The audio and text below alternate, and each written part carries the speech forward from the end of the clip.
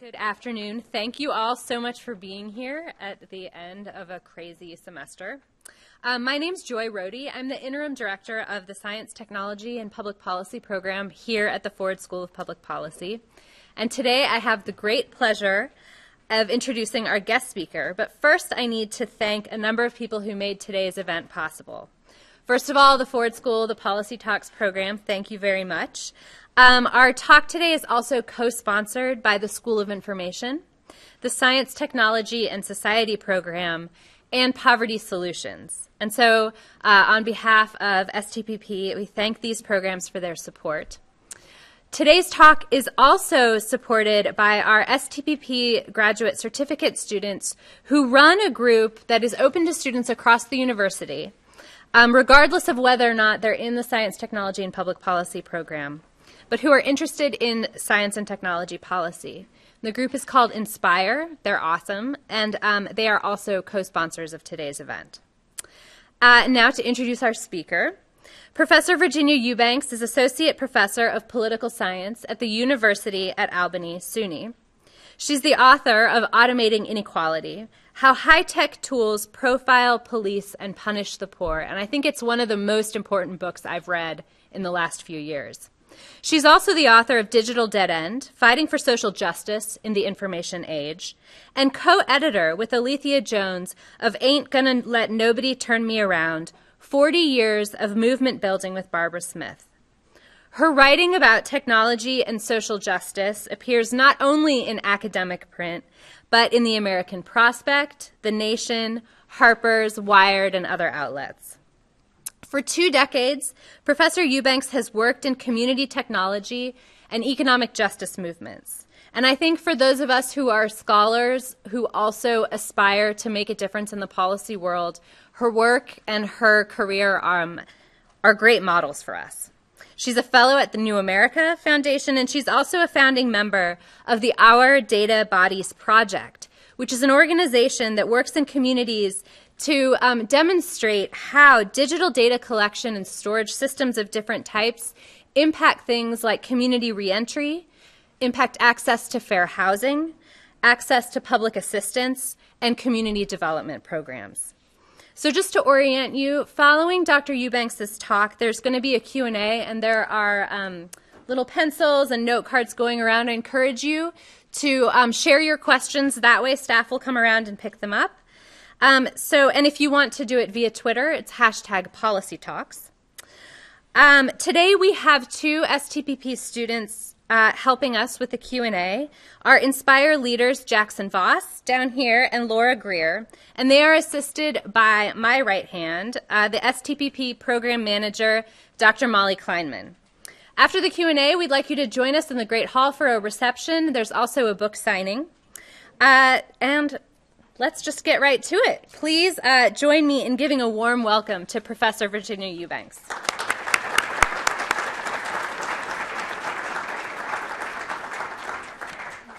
Thank you, guys. How's everyone doing?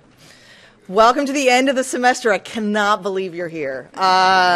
So it snowed today. It was icy. It is the last week of the semester, and I'm just very, very impressed. So I'm incredibly flattered and gratified to be here to be part of this conversation. Great thanks to both Molly and Joy and Aaron and everyone else who not only thought to invite me and support that invitation, but also did all the hard work to get my physical body here from upstate New York at the midpoint of a winter now. We would think it would be early winter, but this is our 3rd or 4th snow now. So I just really appreciate all the hard work that went into getting me here and want to say thank you for that. So my plan for today is to talk for maybe 40 minutes about the book. I'm going to assume that most people haven't read it, give you a little bit of the story of the book. I'm going to try to do that with a real focus on introducing you to some of the families who shared their stories with me when I was doing the reporting for this book. It's really important to acknowledge that the folks who went on the record with their real name and their real experiences for this book did so at enormous personal risk. That many of them were currently relying on public assistance for their basic for their basic material needs. things like food or shelter, folks who are unhoused, or folks who are currently part of a child welfare investigation. For them to talk on the record about their experiences is a great gift. And so I try to always make sure that we're starting from their points of view, and that I acknowledge how much of this work is made possible by their incredible generosity and courage. So I'm going to talk a little bit about history. I'm going to talk a little bit about the 3 stories I tell in the book. And then I'm going to just sort of draw out some common ideas that I think are worth talking about more, or the sort of ideas that are portable out of the stories that I tell. And then we're going to leave plenty of time for conversation, for questions and answers. So that's my goal. We're going to hopefully start out with good energy. I ask when everybody's energy is still good to give me like up twinkle fingers, and when you start to fade, like the fingers come down, and when you really need me to shut up, honestly, you can give me the downward twinkle fingers and I'll stop eventually. Not right away, but I will take it into account. So that's the overall sort of plan for the time we have together. Does that sound good to folks? We all right? Twinkle fingers if you're good. Yeah, okay, thank you. Good. I always like to have a little bit of feedback for how we're going. Okay, so I'm here to propose that we're building a digital poorhouse. That despite the fact that new data-driven digital technology has incredible potential to lower barriers in social assistance, to speed results, to create efficiencies and cost savings, what we're actually doing is building an invisible institution that's made up of decision-making algorithms, automated eligibility processes, and statistical models across social services in the United States.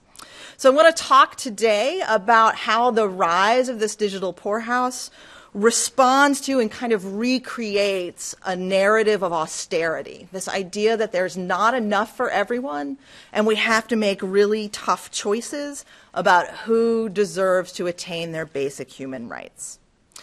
So even though we like to talk about our newest technologies as disruptors, the tools that I talk about in automating inequality are really more evolution than revolution. And their historical roots go really, really far back in our history, at least to the 1820s. And here's the moment where I always take a second to note that my wonderful editor at St. Martin's, Elizabeth Disegard, helped convince me that I didn't need to go back to 1600 to start the history in what was originally a 95-page history chapter that started the book, and helped convince me that getting it down to a svelte 200-year, 26-page history of poverty policy was probably enough. So I write a fair amount about history in the book, but I'm just going to talk about one moment in that history today. So around 1819, there was a huge and a very crushing economic depression in the United States. And economic elites got very, very nervous, both because of the economic crisis, but also because of some really fearless organizing that poor and working people were doing to protect their families and their rights. So as economic elites do, they responded by commissioning a series of studies. And the studies asked, what's the real cause of suffering here? Is it poverty? Is it lack of access to resources? Or is it what they called at the time pauperism, which meant dependence on public benefits? So this is how the studies are set up. What's the problem? Is it poverty or is it dependence? What do you guys think the answer to the studies was? Dependence, right, exactly. So this does not surprise us because we're still doing the same studies and finding the same results now. So the solution for them was then to create a set of brick and mortar public institutions that basically raised the barriers to receipt of public assistance so high that no one except for the absolutely most desperate people would possibly apply or ask for help. So what they did was build what was originally intended to be a network of public poorhouses in every county in the United States, and they required, as one of the conditions of receipt of public assistance, entering into this institution. And this is really no easy choice. They were technically voluntary, though you could be sentenced to a poorhouse as well. So many of the people who were there were truly inmates in the real sense of the word, though all of them were referred to as inmates. But folks who were entering voluntarily or folks who were sentenced to the poorhouse were required to give up established rights. And this is 1820, so not everyone shared these rights, but some of the rights that you lost were the right to vote, to hold office, the right to marry, and also the right to family integrity. So folks entering the poorhouse often lost their children because the idea at the time was that poor children could be rehabilitated by interacting more with wealthier families. And by interaction, they usually meant working for free as agricultural or domestic laborers. And finally, death rates at these institutions were often just really astronomical, often as high as 30% annually, meaning about a third of people who entered the poorhouse every year died. So people were literally taking their lives in their hands in entering these institutions. Yours, by the way, was on Washtenaw Ave near Platt. It is now where the County Farm Park is. This is a key word, by the way. County Farm means that's where the poorhouse was. If you have a County Farm Road or a County Farm Park, that's true. Became the county infirmary after the rise of welfare in the 30s. Closed not until 1971.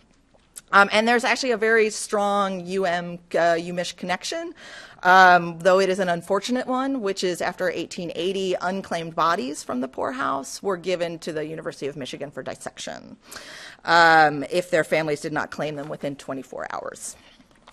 So this is one of the great fun things I get to do in every new town I go to, is look up where your poorhouse was and what its story was. You have some pretty good records, by the way. So if you look at the Historical Society, they have some good records from the poorhouse.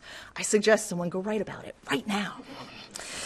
Okay, so I use this metaphor of the digital poorhouse to illustrate what I think of as like the deep social programming, or for the sort of technically minded in the crowd, the legacy programming of today's digital tools and social services. So at their heart is this decision that we made back in the 1820s that public service programs should act more as moral thermometers, separating the deserving from the undeserving, diverting the able or enforcing work, rather than as a universal floor under everyone. So I want us also to not just think about history, but to think about this political moment, about why these specific tools have become popular at this particular time. Because I think that these high-tech tools that are intended to establish eligibility, to predict behavior, to measure effectiveness, have risen to prominence in social services now for three reasons. First, they rationalize and recreate a politics of austerity, this idea that just aren't enough resources and we have to make hard decisions. The second, that they promise to address bias, but in fact they just really hide it. And third, they create what I think of as a kind of empathy override that eases the emotional burden of making what are, I think, inhumanly difficult decisions about who among America's 43 million poor deserve support. So I'm going to use each of those points to introduce one of the stories I tell in the book. And I will introduce both the families I spoke to and the technologies that I write about. So first point is this point about the digital poorhouse assuming austerity, and because it assumes austerity, recreates it. So I dedicate automating inequality to a severely disabled young girl named Sophie Stipes. And when Sophie was 6, she received a letter from the state of Indiana that told her that she would be losing her Medicaid because she had, quote, failed to cooperate in establishing eligibility for the program. So this happened just as she was gaining weight for the first time in a significant way in her life, because she had recently had a feeding tube implanted, a gastrointestinal feeding tube implanted, and she was learning to walk for the first time. So the Stipes family was caught up in an attempt to automate all the eligibility processes for the state's welfare system. So that's for TANF, for cash assistance, for Medicaid or medical insurance, and for what at the time was called food stamps and is now called SNAP. So in 2006, then Governor Mitch Daniels signed what would eventually be a $1.34 billion contract with a consortium of companies, including IBM and ACS, Affiliated Computer Systems, to create a system that replaced the hands-on work of local county welfare caseworkers with online applications and private regional call centers. The result was 1 million benefits denials in the first 3 years of the project, of the experiment, mostly for this catch-all reason, failure to cooperate, which meant that just that someone somewhere in the process had made a mistake. So the mistake could be the applicants. They could have forgotten to sign page 34 of a 50-page application. It could have been the fault of a call center worker who misapplied policy and gave someone bad advice.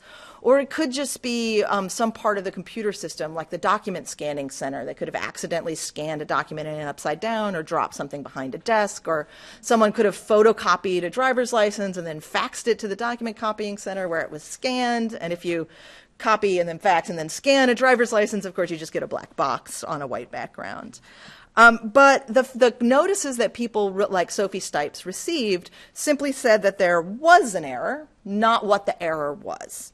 And because it severed the relationship between applicants for public assistance and the folks who had in the past been caseworkers who were responsible for dockets of cases and now were responsible for lists of computerized tasks rather than families, because that relationship had been severed, the system virtually guaranteed that the burden of finding and fixing any problems with the application process fell squarely and solely on the shoulders of applicants, who were some of the most vulnerable people in the state. And I just want to tell you one story about someone who lost their benefits during the attempted automation. And this is the story of Omega Young. So in the fall of 2008, Omega Young of Evansville missed an appointment to recertify for Medicaid because she was in the hospital suffering from terminal cancer. The cancer that began in her ovaries had spread to her kidneys, breast, and liver. Her chemotherapy left her weak and emaciated. Young, a round-faced, umber-skinned mother of 2 grown sons, struggled to meet the new system's requirements. So she called her local help center and let them know that she couldn't make this phone recertification appointment because she'd be in the hospital, but her medical benefits and her food stamps were still cut off for failure to cooperate. Because she lost her benefits, Young was unable to afford her medications. She struggled to pay her rent. She lost access to free transportation to her medical appointments. And Omega Young died on March 1st, 2009. On the next day, on March 2nd, she won an appeal for wrongful termination, and all of her benefits were restored. So that's Omega Young and the Indiana eligibility automation. So the second point I want to raise is that we believe that these new digital tools are objective and neutral, but they often just hide bias. And in this case, I want to actually start with a family and then talk about the system. So I want to talk to you just briefly about Patrick Grebe and Angel Shepard. So I met Patrick and Angel at the Duquesne Family Support Center, which is like a community hub where families who are child welfare, who are involved in the child welfare system, attend programs, access resources, connect with other families, provide peer support. They didn't stand out to me right away as sort of interesting people to report on because their experience was so average. It was really almost mundane, characteristic of the sort of routine indignities that are experienced by white working class people. So they've struggled with low-wage, dangerous work, poor quality public schools and predatory online education, poor health, community violence. But through it all, they've remained really creative and involved parents. So Patrick, I talk about him in the book as, I think I describe him as like a Buddhist ex-biker. He's this like rectangle of a man, this like really large man with like really elaborate facial hair and this sense of incredible calm. And one of their favorite parenting techniques, they're helping to raise 2 young girls Angel's daughter, Harriet, and Patrick's daughter's daughter, Desiree. And the girls are roughly the same age. And because they're so close to each other in age, they bicker a lot. And so when they're bickering too much, what Angel and Patrick do is put them in what they refer to as the get-along shirt. And the get-along shirt is one of Patrick's like enormous button-down shirts. So they shove both the girls into the get-along shirt. Each girl puts one arm through one of the arms of the shirt and the other arm around the waist of the other girl. And then they button the shirt back up. And they're not allowed to get out of the get-along shirt until they stop fighting. Even if they have to go to the bathroom. And this is the thing that Patrick says always works. As soon as someone has to pee, they stop fighting.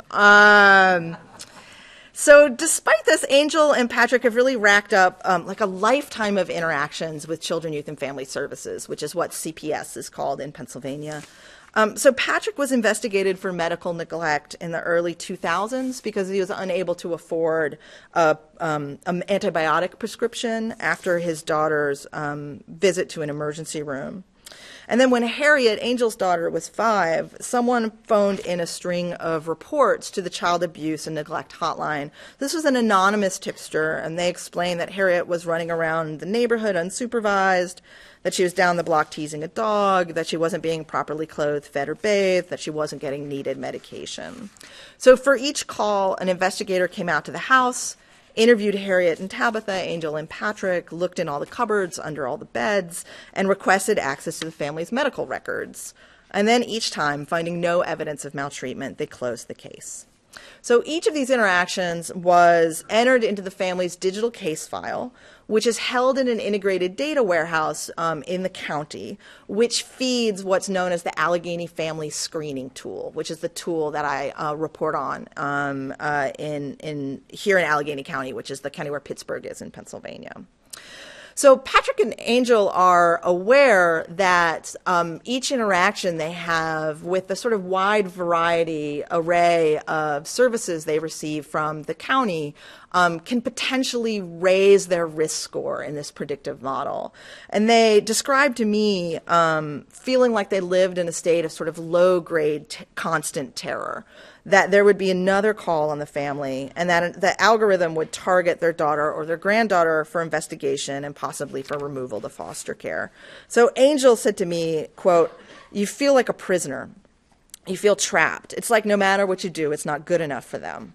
My daughter's now 9, and I'm still afraid that they're going to come up one day, see her out by herself, pick her up and say, you can't have her anymore." So the Allegheny Family Screening Tool is built on top of a data warehouse that was created in 1999. As of the writing of the book, it held 1 billion records. That's more than 800 for every individual living in Allegheny County. But of course, the warehouse doesn't actually collect data or information on every member and on every county resident equally. In fact, the data extracts mostly come from county and state public service programs and agencies that interact a lot with poor and working class families. So the system gets regular data extracts, for example, from adult and juvenile probation, from the jails and prisons, from county mental health services, from the County Office of Drugs and Alcohol, Addiction Recovery, the State Office of Income Maintenance, which is the state's version of welfare, the public schools, and a number of other agencies. So the limits of this data set really shape what the model is able to predict, is able to see. And because it relies almost entirely on information that's only collected about poor and working class families, the ways that it sees risk and harm are shaped by the kinds of experiences that poor and working class people have with the state. So, of course, professional middle-class families also need help with their parenting, because everybody needs help with their parenting. They probably request equal amounts of support, but often they're paying for it privately. So if you need addiction recovery support and you're professional middle class, you're likely going to get that through employer-provided insurance. If you're getting it through private insurance, that information doesn't end up in the data warehouse. So information about the behavior that could be described as missing from the data warehouse. If you need help with your childcare, but you can afford to pay a nanny or a babysitter out of pocket, then information about your family won't end up in the data warehouse.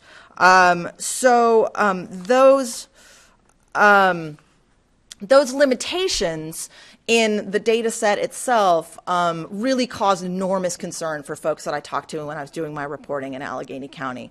So parents mostly saw false positives problems that basically false positives just means seeing risk of harm where no harm actually exists. And this makes sense for parents, right? Parents said to me that they felt like the system confuses parenting while poor with poor parenting. And they felt like it was creating a system of poverty profiling that because it spent so much time investigating and risk rating families in their communities sort of created a feedback loop of injustice that began with families having more data collected about them because they are interacting with county systems. Having more interactions meant their score was higher. Because their score was higher, they were investigated more often. Because they were investigated more often, more data was collected, right, and back around. So it became kind of a feedback loop in the same way that many people have expressed concerns that predictive policing creates feedback loops. From the point of view of intake call screeners, who are the front line of the social service system in child welfare, they're the folks who pick up the phone when a call comes into the anonymous hotline, or who collect reports from mandated reporters and make a decision of which cases to refer for full investigation and which ones to screen out. Frontline call center workers, intake screening workers, were really concerned with false negatives, but for the same reason that parents were concerned with false positives. So false negatives are not seeing harm where harm might actually exist. So intake call screeners felt that since there wasn't data about professional middle-class families in the data warehouse, the kinds of behavior that might lead to abuse or neglect in those families wouldn't be recognized by this predictive algorithm, and they may miss really key information about the kinds of harm that happens, for example, in more geographically isolated places or in the suburbs. But that information would not be in the system. So the model's designers and administrators say that part of the point of this system is to root out bias in the system. And I think it's really important to be very direct that bias in child welfare is a profound issue in almost every county in the United States. So the way that most people talk about it is around racial disproportionality. In Allegheny County, like just about every county in the United States, has serious issues with racial disproportionality in their child welfare system. Something like 38% of children of youth in foster care in Allegheny County are black or biracial, while they only make up 19% of the youth population. So they're about twice as likely to end up in foster care as they should be based on their proportion of the population. And Allegheny County has been very serious about addressing this disproportionality. And part of that move has been to try to keep a closer eye on the patterns of decision making of these intake call screeners I was just talking about a moment before. So this tool is intended to supplement their decision making. They make 2 clinical decisions, put it in the system, then they run this tool, and this risk score shows up on sort of a thermometer, green at the bottom, red at the top, that goes from 0 to 20. At the time I was reporting, if you got a score of 18 or above, the system automatically launched an investigation. Since the publication of the book, they've actually dropped that threshold, and now if you have a score of 15 or above, the system automatically launches an investigation. So the thing that's really interesting about the idea that this tool can help them address bias, and what the administrators told me, was that they don't think that this tool necessarily can solve racial disproportionality, but it can help them identify it earlier and try to address it earlier. The issue with that is that the county's own research shows that intake call screening is not the point at which disproportion's entering the system, that discrimination's entering the system. Actually, the point that the lion's share of discrimination is entering the system is the point at which the community calls on families. So black and biracial families are called on 3.5 times more often than white families. That means reported either to the hotline or by mandated reporters. So that's a 350% difference. Once that case gets to an intake call screener, there is a bit of disproportion that enters at that moment. So call screeners screen in 69% of cases involving black and biracial families and only 65% of cases involving white families, but that's a 4% difference rather than a 350% difference. And this is something I think is profoundly important to pay attention to, because to me this sounds like a very sophisticated and expensive tool aimed at the point at which the problem is not entering the system. The problem is entering the system at the point of referral, which is very much about our cultural understandings of what a good, safe, and healthy family looks like. And in the United States, that family looks white and heterosexual and rich. And my concern, or among my concerns, is that actually removing discretion from those frontline workers could remove a stop to the massive amount of discrimination that's entering earlier in the process. And could potentially worsen inequality in the system rather than making it better. Okay. I'm going to talk very briefly about this. So one of the things that I think is really important about this system is that the way that folks talk about it as removing discretion or removing bias from the system. And I have a very smart political science friend named Joe Sauce, and he says that discretion is like energy. It's never actually created or destroyed. It's only ever moved. So I think the really interesting among the really interesting questions to ask about this system is not to frame the question as, are we removing discretion? Are we removing bias from the system? But is, who are we taking discretion away from, and who are we giving it to, and how might that affect bias in the system? So in this case, we're removing discretion from frontline social service workers in child protective, and these are some of the most diverse working class and female parts of the labor force in child welfare, and we're giving it to the economists and the computer scientists and the social scientists who are building the models. And I think that actually creates new issues around bias, particularly because they tend to be much farther away from the problems that these tools are meant to help address. Lots more to say about that, but I'm gonna move on for now. And we're gonna skip the proxy side too. Ask me about proxies in the system if we have time in the Q&A. But I want to make sure that we have time to talk about the system that I reported on in Los Angeles. How are we doing? We still up here? We middle? We down? We're starting to get middly. Okay, because people won't tell me. That's all right. We're starting to get middly. So we're going to go fast through this and get to questions. So my final point is that these tools, I think at their worst, can serve as a kind of empathy override. So they can outsource to computers, or allowing us to outsource to computers, some of the most difficult decisions that we face as a society. So for example, the system that I reported on in Los Angeles, which is called the Coordinated Entry System, not just in Los Angeles, by the way, very widely used across the country and around the world, responds to the county's extraordinary housing crisis. So as of the 2017 point in time count, there are 58,000 unhoused people in Los Angeles County. I live in a small city in upstate New York. There are 10,000 more people homeless in Los Angeles County than live in my whole city, right?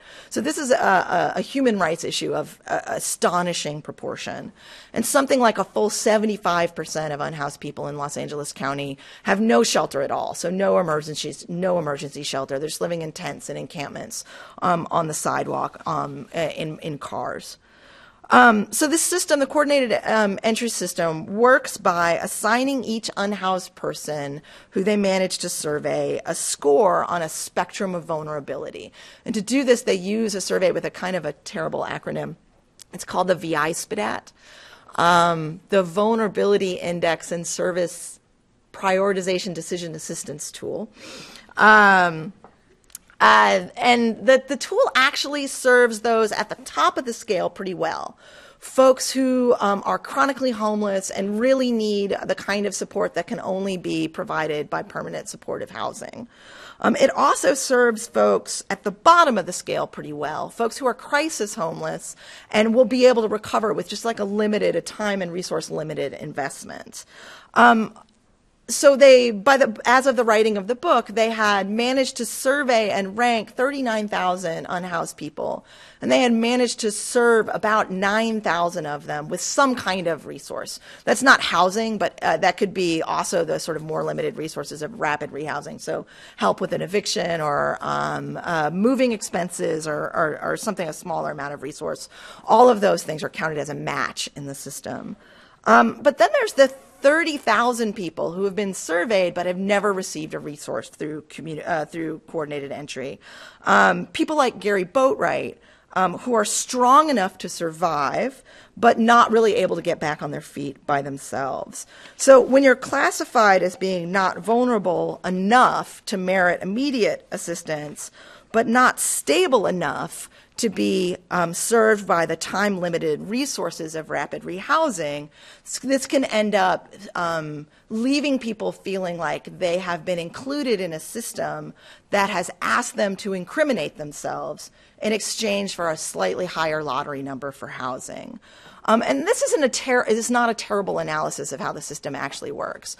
So the system uses this survey called the VI-SPDAT to ask people some very intrusive questions about how they spend their days and what their experiences are. The questions are actually pretty good at establishing actual vulnerability. So they ask things like, are you currently having unprotected sex? Are you currently trading sex for money or drugs? Is there someone who thinks that you owe them money? Is there an open warrant on you? Have you thought about harming yourself or someone else in the recent past? And then it asks where you can be found at different times of the day. And then it asks if the person doing the survey can take a picture of you.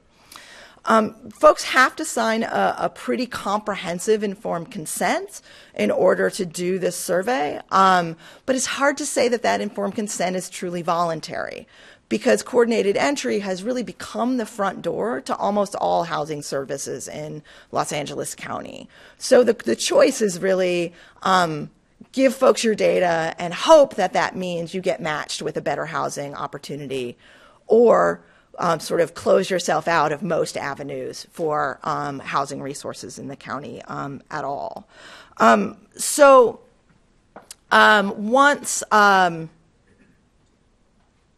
Once you fill out the informed consent, part of it says, part of the informed consent is that there is information available about who your information is shared with, but there's a second process that you have to go through to get that information. If you do request and manage to receive that information, that document says that they share your information with 161 different agencies across Los Angeles County. And because of federal data regulations and because of the fact that this data is held in a homeless management information system, one of those agencies is the Los Angeles Police Department. Now, they're not able to request any old information out of this system. They're not able to say, like, run a query on the system that says anyone who is trading sex for drugs, like, give us a list. This is not the kind of information they can get. But they are able to request information out of the homeless management information system based only on an oral request. So there's no warranting system, there's no oversight, there's not even a paper trail. Basically, it means that a line officer can just walk into a social service office and ask for information out of the system. And the worker's not required to give it to them. And I think that's really important, that people know that they're not required to give it to them, but they are allowed to give it to them based on current federal data standards. So I just want to tell you a little bit about one of the people I talked to when doing this reporting, and then we'll move on to big ideas and questions. In Los Angeles, one of the folks I talked to was a guy who goes by the nickname Uncle Gary, Gary Boatwright. So when I met Uncle Gary in 2016, he was living in a gray and green tent on East 6th Street on the edge of Skid Row. He's a straight-talking, wryly funny man with thinning white hair and Santa Claus blue eyes. He's had a dozen careers: welder, mason, paralegal, door-to-door salesman, law student, and most recently he was a document processor for a wholesale mortgage lender, which comes with a number of incredible ironies. So since he moved to Skid Row, he has filled out the VI SPDAT 3 times, and by the time I talked to him, he had really lost patience with the process. He doesn't think he scored very high on this vulnerability scale. He's 64, and other than a little high blood pressure and a hearing problem, he's mostly healthy. His substance use to me didn't seem abusive or debilitating. He has a mental health diagnosis, but he doesn't actually know what it is, because he just found out that he had a mental health file when he went to court in Orange County, but no one's ever shared his diagnosis with him. The problem, though, as he sees it, is not his comparative vulnerability. It's simple math. There's not enough housing in Los Angeles for the county's 58,000 unhoused people. People like me, who are somewhat higher functioning, he said, are not getting housing. It's another way of kicking the can down the road. In order to house the homeless, you have to have the available units. Show me the units. Otherwise, you're just lying. So in November of 2016, as the book was going to press, Gary was arrested, and he was charged with breaking the window of a public bus with a plastic 99-cent store broom, which, when he called me from Men's Central in Los Angeles, he said is, quote, physically impossible. When he got out, which is about a year ago now, he had lost everything. His tent, his paperwork, his relationships with local organizations and friends. And if he chooses to interact with the coordinated entry system again, he'll score lower on the VI SPDAT because it counts incarceration as being housed.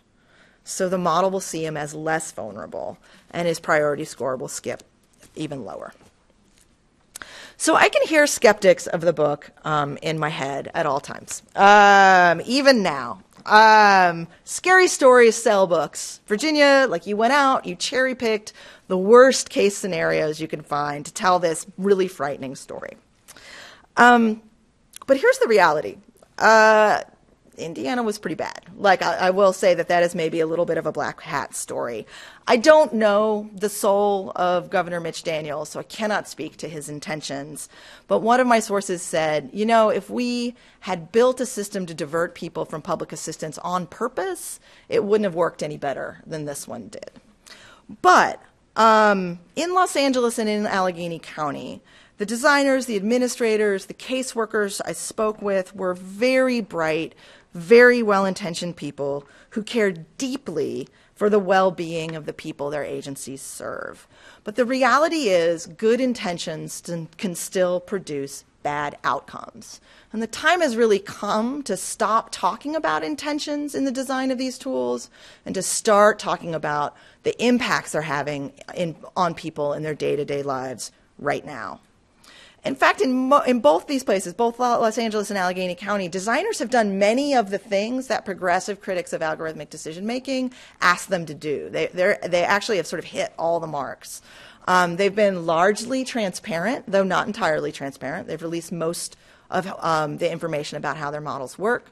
They're mostly accountable in that the tools are held in public agencies or public-private partnerships. And they've even engaged in some kinds of participatory design that help bring users of the system into the design of the tools. In other words, these are some of our best systems, not some of our worst. So here's a challenging question that I hope the book asks. What if the problems with the coming age of AI and machine learning are not broken systems, are not lack of accuracy, or even lack of fairness, and we can talk about that a bit in a minute, but rather systems that carry out this deep social programming that I started my talk with, this dictate of the digital poorhouse to create systems of moral diagnosis and divert people from resources that they are entitled to and deserve. What if these systems are carrying out those imperatives too well, rather than just breaking or glitching? So the designers of all the systems I studied for the book really agreed on one thing, that data analytics, matching algorithms, automated decision-making, all these kinds of tools are perhaps regrettable but necessary systems for doing a kind of digital triage, for deciding whose life is immediately threatened by economic inequality and who can wait. But the decision to triage at all is actually a political choice. This idea that we don't have enough resources and we have to make tough decisions is just that. It is an idea. And in fact, I think using the language of triage hides the fact that we're making a political choice. Because triage is really only appropriate when there are more resources coming. And if there aren't more resources coming, what we're doing is not triage. It's automated rationing. And I think if that's what we're doing, we should talk about it directly. Because we can do better than that, and we deserve better than that. That's why I wrote the book. I believe we deserve better. I believe our people deserve better. I believe our communities deserve better. And I think the fundamental danger of the digital poorhouse is that it demands that we think small, that we sort of stay within these arbitrarily imposed limits, both to our resources and to our imagination about how we solve for economic inequality. But this political moment that we're in right now, and justice itself really demands that we think big, that we push back against this sort of idea of austerity fever. So I don't want to leave you without a couple of notes on possible solutions. I know that often what audiences want me to do is walk into a room and give them a 5-point plan for building better technology or for creating more ethical data policy. And I'm sorry, and you're welcome. I'm not going to do either of those things because I actually think this is really big work that we have to think about on a deep and pretty profound level. So I think there's 3 kinds of work that have to be happening at the same time. The first is that we have to tell a different story about poverty. So we tell the story in the United States about poverty that it is an aberration, that it is something that just happens to a small percentage of people who are maybe pathological to begin with. The reality is that 51% of us at some point between the ages of 20 and 64 will be below the poverty line.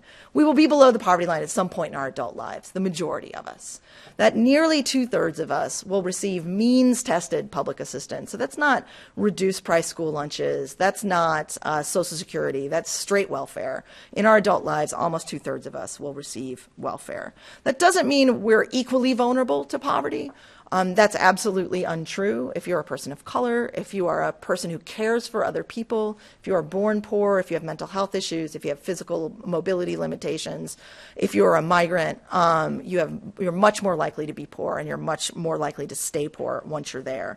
But the reality is that poverty is a majority condition in the United States. And if it is a majority condition, then spending all of our time, resources, and smarts trying to solve the problem of moral diagnosis is an extraordinary moral failure to identify and address the real problem. I believe if we can change the kinds of stories we tell about poverty, that we can shift the politics of poverty away from this diagnostic moralizing and towards universal floors. One of the things that's been really profound about talking about this book outside the United States is that the kind of conditions I talk about in the book, in many places in the world, people immediately recognize and talk about as human rights violations. Increasingly in the United States, we're talking about them as systems engineering problems. And I think that should give us some deep, deep pause about the state of our national soul. Because, of course, we can decide as a country that there is a line below which no one is allowed to go for any reason. That no one in the United States goes hungry. That no one in the United States lives in a tent on the sidewalk. That no family in the United States is split up because a parent can't afford a child's medical prescription. So as we do that work, that cultural and political work, changing the story and the politics of poverty, technology is not going to just stop and sort of twiddle its robot thumbs waiting for us to get it together. So in the meantime, we also have to be talking about ways to create technologies that do less harm right now So the way we talk about design, particularly design for justice, often is by talking about technologies that are designed to be objective and neutral, more objective decision makers than human beings. But the reality is building or designing technologies to be objective or neutral just means we're building them to support the status quo. The metaphor I often use to help people understand that is the metaphor of like building a car in a place that is very, where the landscape is very hilly and twisty and turny. A landscape, say, like San Francisco or Silicon Valley, where there's lots of hills and twists and turns. It's like building a car and building it with no gears. Right? And then setting it on top of one of these hills and being surprised when somehow it rockets down to the bottom of the hill and bursts into flame. The reality is we have to build these tools with equity gears installed from the beginning, every time. This means designing these technologies with all of our values in mind. Efficiency and cost savings are important. Of course they are. But they have to be balanced with other collective goals. Goals like self-determination, autonomy, dignity, fairness, equity, and due process. If we're to have a more just future, we have to build it on purpose, bit by bit and bite by bite and brick by brick. If we outsource our moral responsibilities to care for each other to computers, we really have no one but ourselves to blame when they supercharge discrimination and automate austerity. I thank you so much for your attention and for being here for this conversation. I have some sort of thoughts about what's happened since I wrote the book that I'm happy to talk about if it comes up in Q&A. So I'm just going to leave this here for now so we can talk about it. But thank you so much for being here, and I'm excited to hear your questions. Thank you.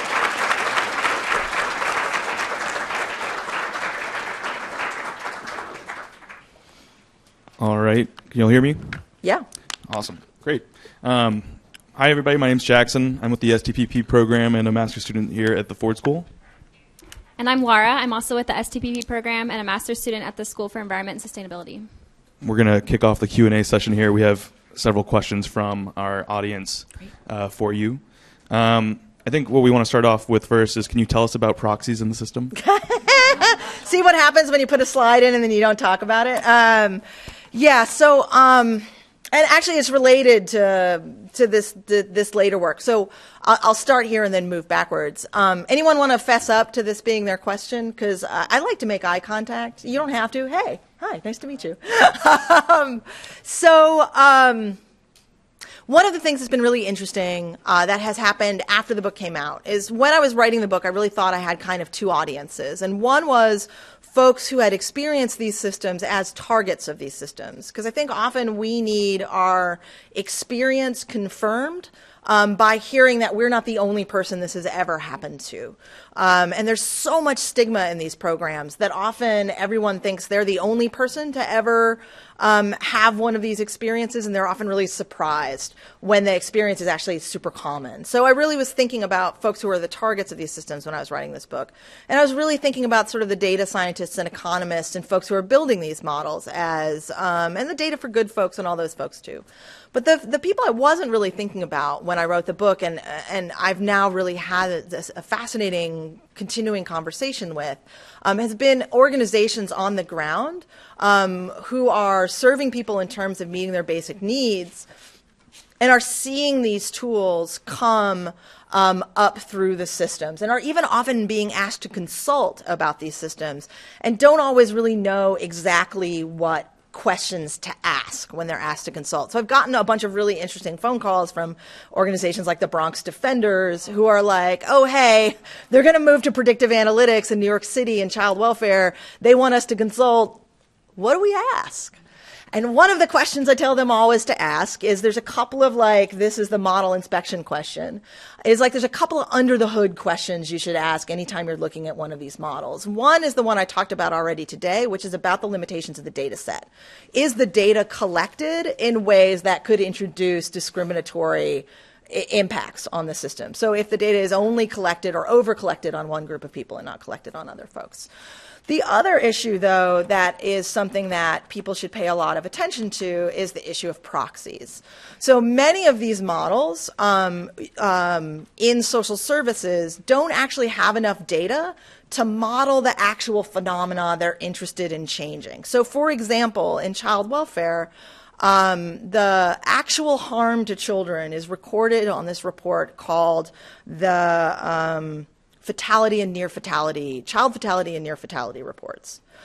Luckily for the children of Allegheny County in the world, there aren't that many of these reports filed every year, just sort of a handful every year, and some year there's none. So that's good news for kids in Allegheny County. It's bad news for data scientists because it doesn't actually provide enough data to build a rigorous model. So in Allegheny County, they had to choose proxies, which are just stand-ins, like little puppets, that stand in for the thing that you actually want to measure. And in Allegheny County, they originally chose two proxies for that stood in for actual child harm in the model. One was a thing called child re-referral, and that just meant that there was a call on a family, a report on a child that was screened out, so that the family wasn't investigated, and then there's a second call on the same child within 2 years. The second proxy was called child placements. Child placement means that there's a call on a child, they decide to open an investigation, the caretaker is indicated for maltreatment. We never talk about guilt in child welfare because the standard of evidence is so low that it's just whether or not there's evidence that indicates something has happened. So the parent is indicated, and child welfare and the courts decide to take the child out of the house and put them in foster care or an institution or with kin. So that's child placement. Now, these aren't terrible proxies necessarily, but they are very different things than actual maltreatment having occurred. And the one that I was most concerned with when I was writing the book was this call re-referral proxy, because it seemed to me that the designers of the tool were really out of touch with what actually happens around child protective if they did not know that nuisance calling is a thing that happens. Or vendetta calling, right? So it's actually common, unfortunately common, that people use calls to child welfare to harass each other. Like neighbors, somebody had a party and their neighbor gets mad and calls child protective. Or there's a couple that's breaking up and they call child protective on each other. Or there's like family strife and they call child protective on each other. So this idea that 2 calls on one child means harm has actually happened is really troubling, incredibly troubling. And I think introduces this structural systemic inequality that becomes invisible because it becomes part of this model and because it seems objective and neutral. So that was a real concern I had with this system. I think you can also have similar concerns about which children get placed in foster care, right? Particularly concerns about the system actually modeling this Children, Youth, and Family Services' own decision-making, right?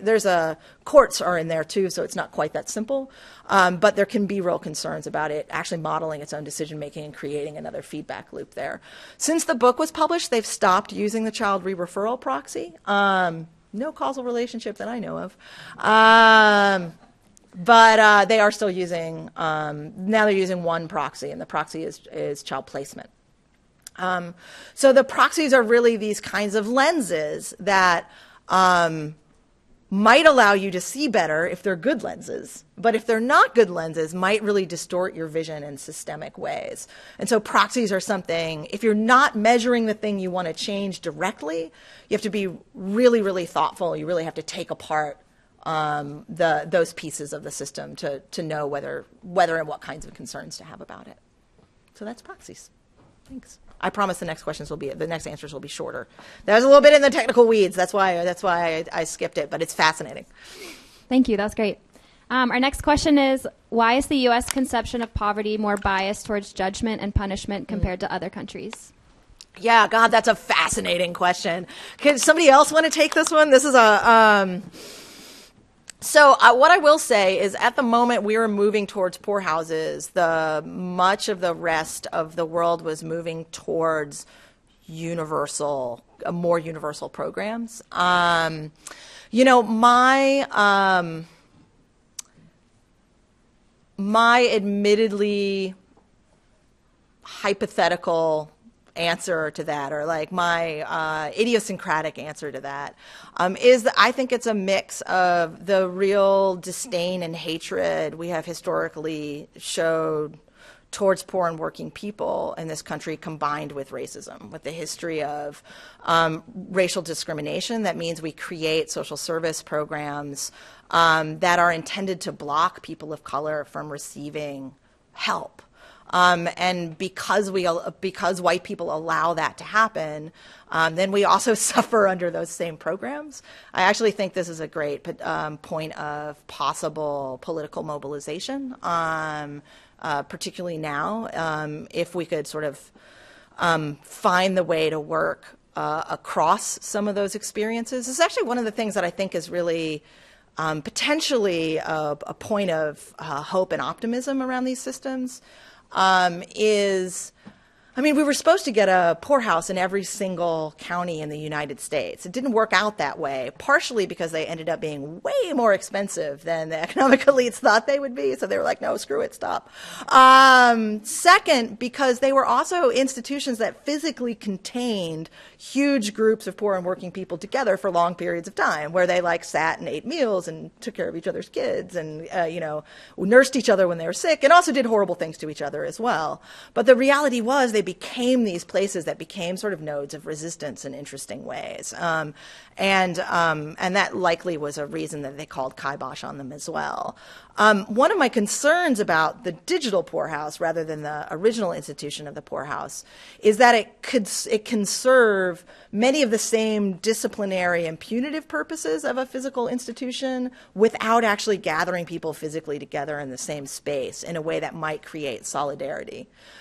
The ray of hope here, I think, is that these systems scale so quickly and are networked so deeply that they actually touch all of our lives very quickly.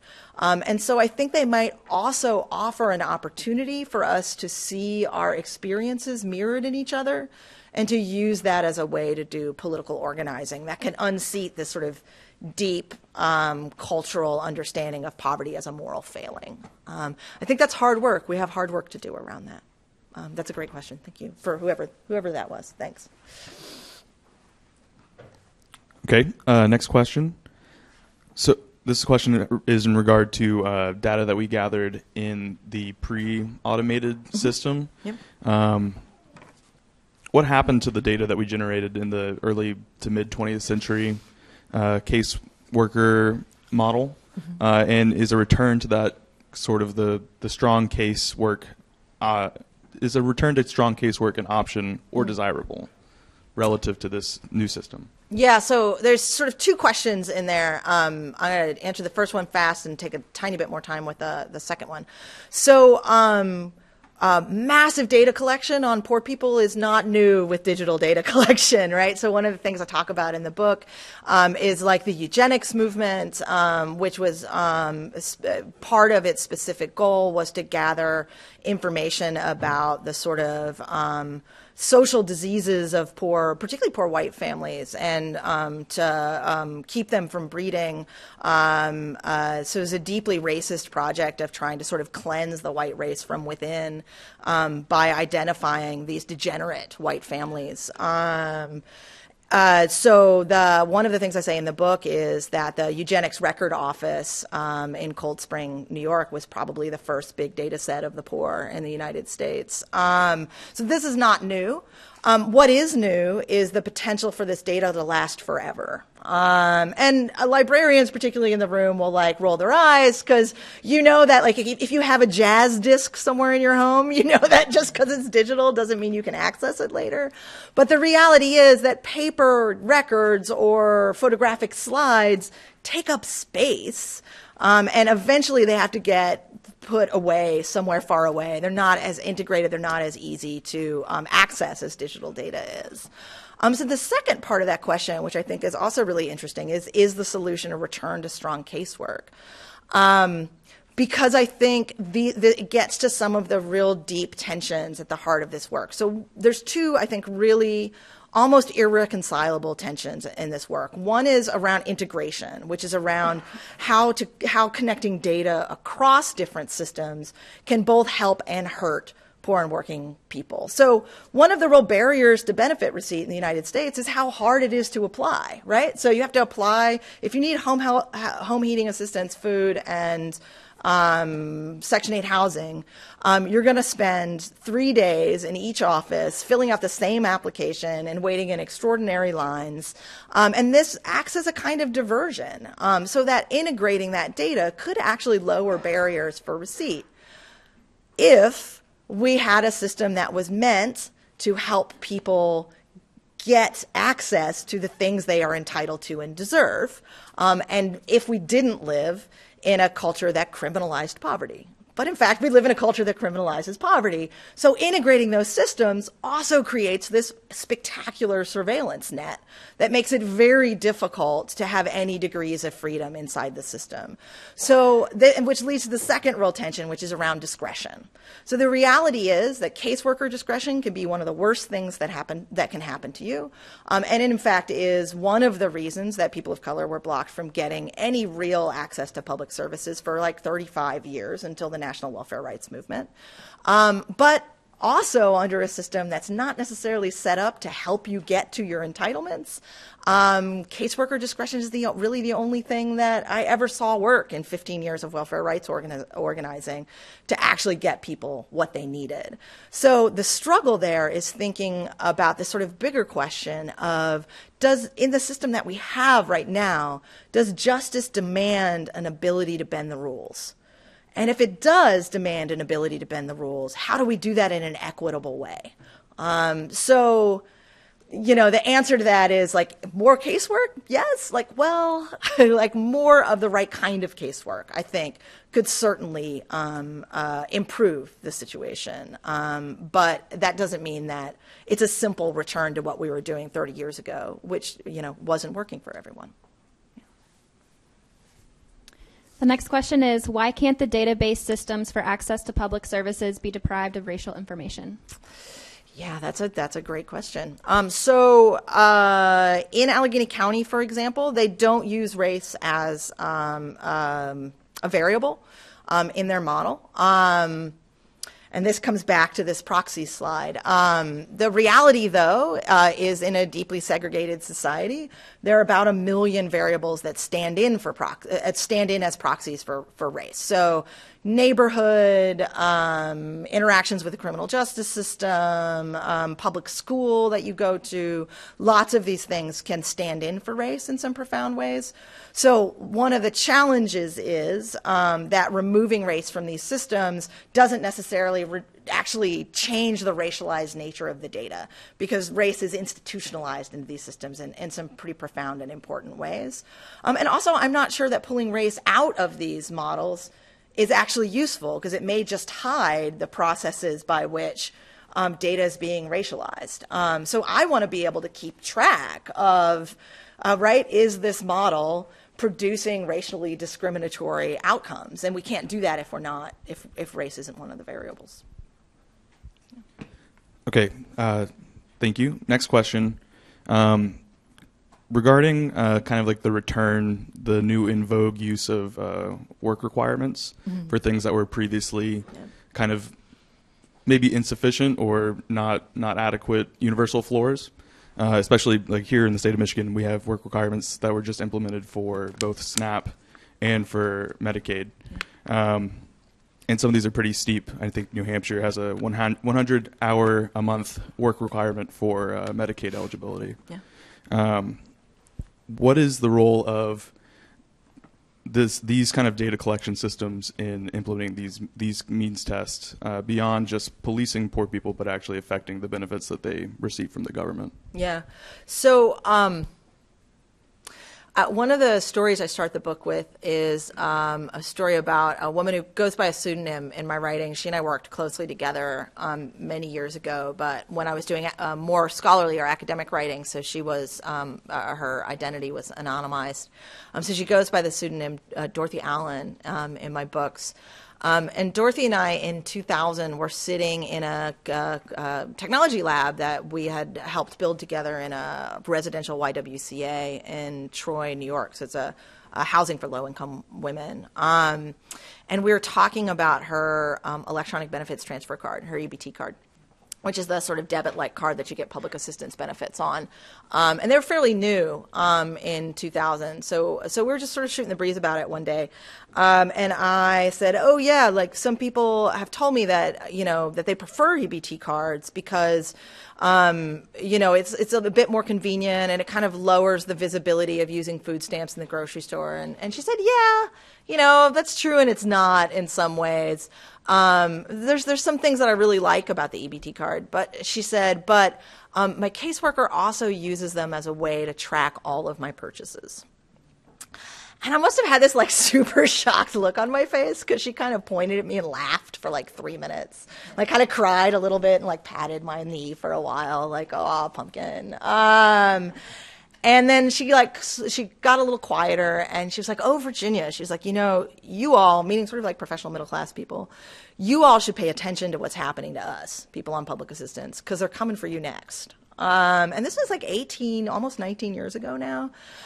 So I feel like this is why Dorothy's always in the back of my head, is because that's like a remarkable prescience. And really influence the way that I do my work, in that I'm always looking for the folks who are the targets of these systems to speak first, not the only stories I tell, but the most important stories I tell, because these are folks who are already living in the future of these technologies. They are experts in how they work. And their experiences say a lot about what's going to happen to everyone in the future. I'm not saying you should only care about this because it might impact you at some point. That's messed up. Like, there's a moral argument to care about it if it's only happening to poor folks. We should still care.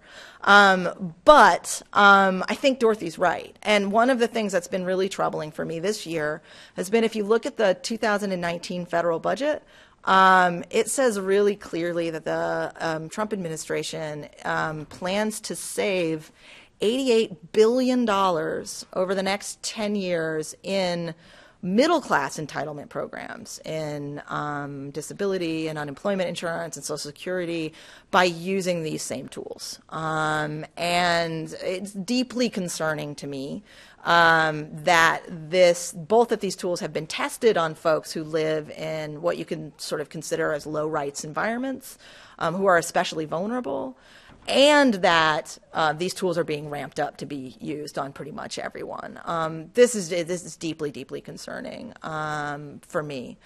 So I think it's not an accident that this stuff is all happening at the same time, right? That like we're getting this expansion of work requirements, that we're getting this expansion of sanctions into non-TANF programs at the same time that we're building technological capacity to do it so efficiently. And in the political moment that we're in right now, which is a moment that's really characterized by deep economic suffering, ethnic and racial nationalism, and deep, deep distrust of government. Right. So I actually did a talk in Finland for a bunch of social workers in Finland. And one of the things that was so fascinating about being there is they just have this incredible trust for their government. So they're like, oh no, we have one card, it has everything on it. Medical records, our voting, like public assistance, schooling. And I just like kept getting more and more ashen, like as they kept saying this. And then I had this moment where I was like, I'm both super jealous of you all for trusting your government that much, and I feel like you're a toddler whose hand I need to smack away from a fire, because you should stop giving this data to your government. And I'm like, why did you invite me here? Like, why am I here? Do you just want to feel morally superior? And they were like, well, a little. And I was like, yeah, I know. Thanks for the flight to Helsinki, though. I'm going to the sauna now. But they also said, look, we think these tools are coming everywhere. And they actually just voted in a much more conservative government than they've had in a really long time. And they were really concerned about what happens when you trust the government enough to give them all your data, and then there's regime change. And I was like, oh, yeah, we know a lot about this. Let's talk about this. So, I think the best example of when this becomes a real problem is something like the DACA database, the Deferred Action on Childhood Arrival database, right? Under the Obama administration, the idea to try to help defer the deportations of children who are brought to this country and don't have legal status. Something like 800,000 youth, young people and young adults gave their information to this database, and 2016, suddenly it turns into a database that can be used directly for deportation, right? So one of the big questions that I'm asking that I don't have an answer for yet, but I'm really interested in having this conversation is there a way we can build these tools to have unhackable values, right? So you can't use them against their original intent. And so these larger values of justice, equity, autonomy, and self-determination are built in a way that you can't undo them. And I don't know that that's possible, but I'm interested in having that conversation. Long answer, but a good question. Thank you. Great. And this will be the last question that we have time for. But we know from the sociological literature that there are class differences in parenting. To what degree are we criminalizing working class parenting using the standards of concerted cultivation? Wait, say what the last thing is? Is that what that says? I think so. The last part is, to what degree are we criminalizing working class parenting using the standards of concerted cultivation? Okay, so I don't know what concerted cultivation is, so I can't answer that question. Yeah. This is my question. I'll Yeah. clarify for a second. Yeah. So in the book Unequal Childhoods, LaRoe talks about working class families are much more likely to have kids go play in the neighborhood, to have latchkey kids while they work. Are we sort of making illegal that style of parenting by the upper middle class standard of your child should be supervised at all times? Yeah, so that's a great question. Not one that I know that I'm prepared to definitively answer, but what I can say is that one of my concerns about these technological systems is that we think of them as sort of simple administrative upgrades and not as political decision-making machines. And in fact, they are political decision-making machines. And for example, we can easily program them in ways we don't even really understand ourselves to uphold a particular kind of standard for parenting or, responsible work behavior or disability or whatever, in ways that produce these automated inequalities. And that really is the concern that I'm writing about in the book. So I think one of the things that understanding these systems as political decision-making machines helps us do is recognize that there are lots of different kinds of expertise that need to be in the room when we're talking about these things. So we tend to say well, we need data scientists, we need economists, we might need a social scientist, and what maybe a data ethicist that's becoming a thing, right? Maybe one of those people. But the reality is that if you don't know from the ground about community values and community cultures, then you may well build into these tools the kinds of decisions and models that don't make sense for people on the ground. And what I'll say is Kathy Volponi, who worked for an organization in Pittsburgh that helped to support parents who have been accused of maltreatment, said, one of the things we do in this system is once you get in the door, we raise the standard on your parenting so high that failure, while it doesn't become inevitable, becomes much more likely. So we raise the standard on your parenting so high, and then we can't offer you the resources to keep your parenting up there. That's really one of the major problems in the system. I mean, I also think one of the major problems with the system is because we've shredded the child welfare system, is because we shredded the social safety net in other places.